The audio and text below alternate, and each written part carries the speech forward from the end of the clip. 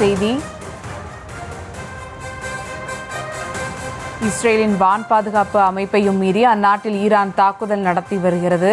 தங்கள் நாட்டிற்குள் வந்த 2 F-35 போர் விமானங்களை சுட்டு வீழ்த்தியதாக ஈரான் தகவலானது வெளியிட்டிருக்கிறது. கூடுதல் விவரங்களோடு இணைகிறார் செய்தியாளர் வெங்கட்ரமணன். வணக்கம் வெங்கட்ரமணன், விவரங்கள். வணக்கம். ஈரான் இஸ்ரேலுடைய அந்த ஏவுகணை மாறி மாறி தாக்குதல்கள் பெரும் பதட்டத்தை மேலும் அதிகரிக்க செய்திருக்கிறது. தொடர்ந்து இந்த இரு நாடுகளும் மாறி மாறி தாக்குதல் நடத்தி இருக்கிறது. மேலும் அந்த பதட்டத்தை அதிகரிக்கக்கூடிய ஒரு சூழலை ஏற்படுத்திய சூழ்நிலை தற்பொழுது ஈரான் அரசு 2000 ஏவுகணைகள் தயார் நிலையில் இருப்பதாக தெரிவித்திருக்கிறது. அடுத்த முறை 2000 ஏவுகணைகளை ஒரே நேரத்தில் ஏவி தாக்குதல் நடத்துவோம் என ஈரான் ஒரு எச்சரிக்கையை விடுத்திருக்கிறது. எதிர்காலத்தில் தாக்குதல் மிக பயங்கரமாக இருக்கும் எனவும் இஸ்ரேலுக்கு ஈரான் கடுமையான ஒரு எச்சரிக்கையை பிறப்பித்திருக்கிறது. இஸ்ரேலுடைய வான் பாதுகாப்பு அமைப்பையும் மீறி அந்த நாட்டில் ஈரான் தொடர்ந்து ஏவுகணை தாக்குதலை நடத்தி வருகிறது. இந்த நிலையில்தான் தங்கள் நாட்டுக்குள் வந்த 2 F-35 போர் விமானங்களை சுட்டு வீழ்த்தியதாகவும் ஈரான் தரப்பில் தகவல் தெரிவிக்கப்பட்டிருக்கிறது. நேற்றைய தினமே ஈரான் மீது ஆபரேஷன் ரைசிங் லைன் என்ற பெயர்ல நேற்றைய தினம் ஈரான் மீது இஸ்ரேல் நடத்தியது தங்களது வாழ்வாதாரத்திற்கான போராட்டம் என இஸ்ரேல் பிரதமருடைய நெதன்யாகு இந்த ஒரு தகவலை தெரிவித்திருந்தார்.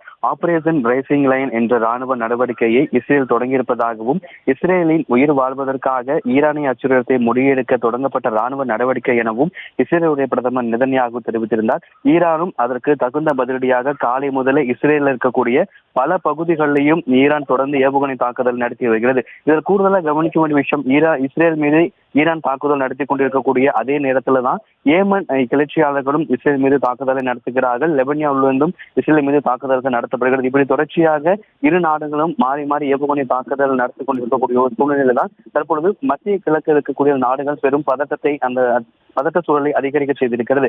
ஏற்கனவே ஈரான்ல இஸ்ரேல் நடத்திய தாக்குதல்ல 78 நபர்கள் உயிரிழந்ததாகவும் 300க்கும் மேற்பட்ட நபர்கள் படுகாயமடைந்ததாகவும் தகவல்கள் தெரிவிக்கப்பட்டிருக்கிறது. அதே போல இஸ்ரேலையும் இன்று காலை 3க்கும் மேற்பட்ட நபர்கள் உயிரிழந்ததாக தகவல்கள் தெரிவிக்கப்பட்டிருக்கக்கூடிய நிலையில் தற்பொழுது ஈரான் இந்த பகிரங்கமான ஒரு எச்சரிக்கையை கொடுத்திருக்கிறது. ஏன்னா தொடர்ச்சியாகவே ஈரான் மீது இஸ்ரேல் நடத்திய தாக்குதலுக்கு ஈரான் தரப்பில் என்ன சொல்லப்பட்டது என்றால், தாக்குதலை நடத்தியது அவர்கள்தான் என்றும் இந்த மோதலை தொடங்கி வைத்ததும் அவர்கள்தான் எனவும் இந்த தவறுக்காக விளைவுகளை அவர்கள் நிச்சயம் சந்திக்க நேரிடும் என இஸ்ரேலுக்கு ஈரானிய தலைவர் அயதுல்லா அலி காமனி ஏற்கனவே தெரிவித்திருந்தார். இந்த நிலையில் தான் தொடர்ந்து இரு நாடுகளும் மாறி மாறி ஏவுகணை தாக்குதலை மேற்கொண்டு வருகிறார்கள்.